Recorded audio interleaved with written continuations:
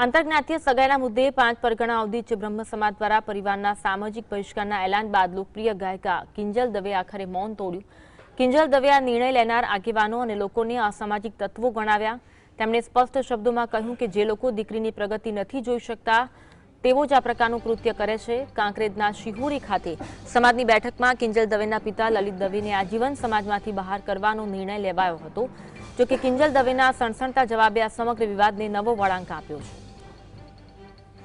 તમામ બ્રહ્મ શક્તિઓ સમજણી અને શિક્ષિત જે લોકો છે, બાકીના લોકોના મગજમાં નહીં ઉતરે કદાચ આવા, પણ જે લોકો શિક્ષિત છે, સમજુ છે, એ લોકોને નમ્ર વિનંતી કરું છું કે આવા બે ચાર જે અસામાજિક તત્વો છે ને, કે જે દીકરીઓની પાંખોને કાપવાની વાતો કરી રહ્યા છે, પ્લીઝ એને સમાજમાંથી દૂર કરો, નકર આપણો સમાજ ક્યાંયનો નહીં રહે। હું દરેક બ્રહ્મ શક્તિઓને, બ્રહ્મ આગેવાનોને નિવેદન કરું છું, આજીજી કરું છું કે આવા અસામાજિક તત્વોને સમાજમાંથી હટાવો।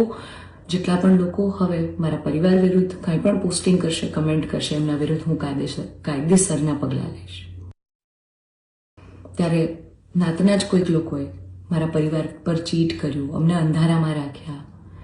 એક દીકરી એક સગપણમાં હોય અને તો પણ બીજી સમાજમાં ક્યાંક લગ્ન કરી લે, તમને 2-2 વર્ષ સુધી છુપાવે, તમને ક્યાંય નહીં।